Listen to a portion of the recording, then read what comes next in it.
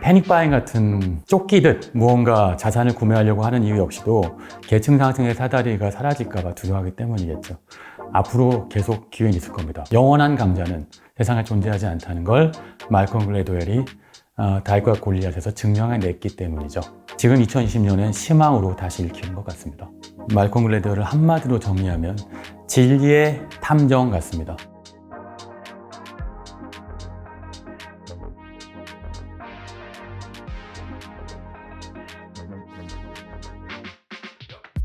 굉장히 재밌게 읽었죠. 네, 예전에 비밀독서단한테 소개한 적이 있었고요. 저하고는 인연이 깊은 책이기도 하고요. 다윗과 골리앗이 아주 익숙한 이야기에서 출발해서 말콤 글래드웰의 글쓰기를 가장 잘 보여주는 책이 아닌가 싶어서 참 좋아합니다.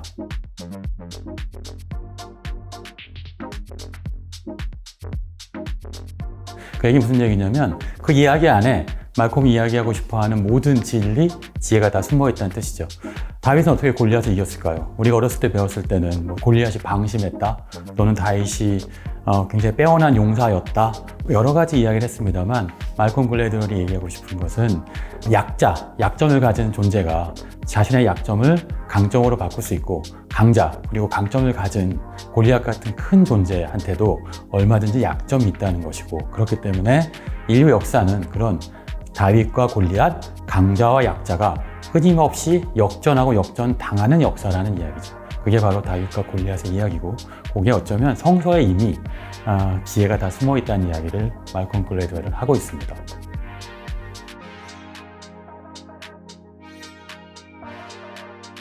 개천에서 용나는 시대는 지났다는 얘기를 많이 하죠. 쩐이 힘들어진 시대인 건 분명해요.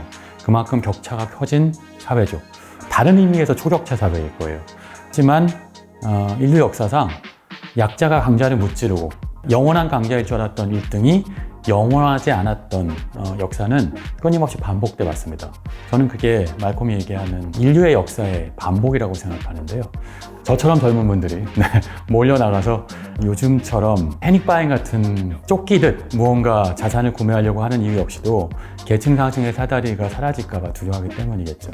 하지만 앞으로 계속 기회는 있을 겁니다. 왜? 영원한 강자는 세상에 존재하지 않다는 걸 말콤 글래드웰이 다윗과 골리앗에서 증명해냈기 때문이죠. 지금 2020년엔 희망으로 다시 일으키는 것 같습니다.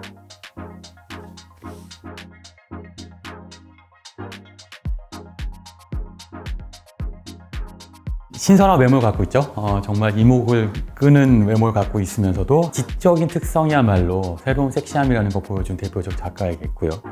그리고 저는 말콤 글래드웰을 한마디로 정리하면 진리의 탐정 같습니다. 많은 추리소설 속에서 탐정은 진실을 추구하죠. 범인이 누구냐인 겁니다. 그런 탐정들이 원하는 것은 주어진 사건 안에서 진짜 범인은 누군지 밝혀내는 진실일 텐데요.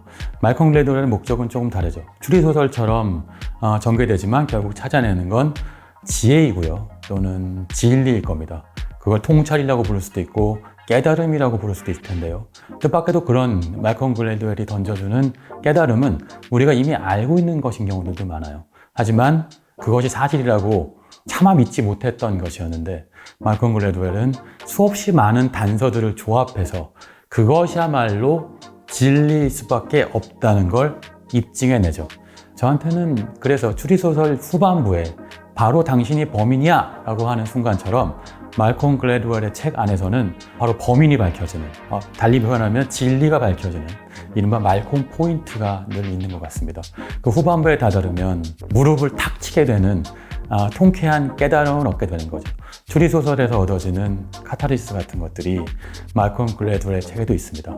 그래서 말콤 글래드웰은 아주 훌륭한 진리의 명탐정인 것이죠.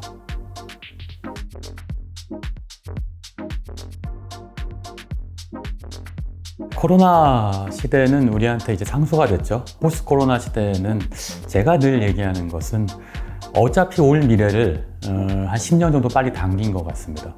다윗과 골리앗에서 코로나 시대에 주는 통찰은요, 코로나를 이길 수 있는 방법을 알려주고 있지 않나 싶어요. 많이 다들 아시겠지만 코로나를 최종적으로 이기기 위해선 사회적 거리두기도 중요하지만, 또는 정부의 경제적인 지원도 중요하겠지만, 아마 인류와 코로나 사이에 최종적 승부수는 아마 백신과 치료제 개발에 있을 겁니다. 아시다시피 이 두 가지 의학 제재가 시간이 오래 걸리고 개발이 늦어지는 이유는 우리가 갖고 있는 다윗의 약점 때문입니다. 가장 중요한 것, 그건 바로 치료 효과보다 그 약의 부작용이 없는 안정성이겠죠. 안정성을 확보하기 위해선 다윗이 갖고 있는 약점, 바로 제약 개발하는 데 시간이 오래 걸리고 천문학적인 비용이 들고 실패 확률이 높다는 것. 지금 백신과 치료제 개발을 위해서 인류는 바이러스라는 골리앗에 맞서서 시간과 비용을 줄이는 효과적인 방법을 찾아내고 있습니다.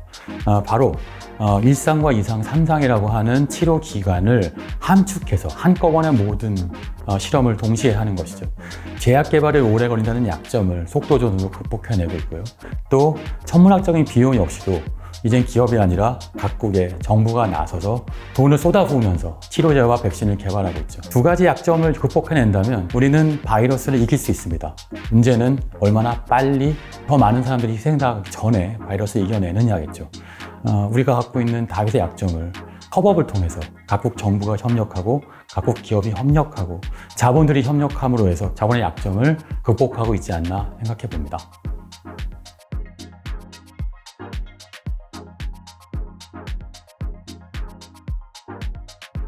1990년대에 가장 강력한 IT 기업은 어디였을까요?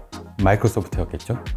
마이크로소프트가 2000년대를 지배하지 못했던 이유는 두 개였습니다.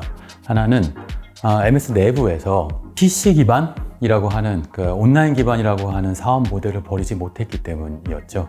특히 윈도우라고 하는 막강한 운영체제를 확보하고 있는 회사였기 때문에 모바일이라는 시스템 상황에 적응할 필요가 별로 없었어요.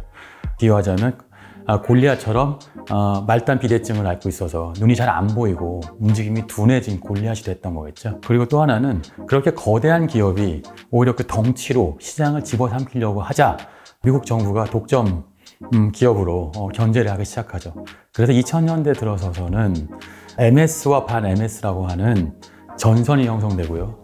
그래서 MS는 인심을 잃죠. 덩치가 크고 막강한 힘을 가졌다는 건 그만큼 적이 많아지고 움직임이 둔해진다는 뜻입니다.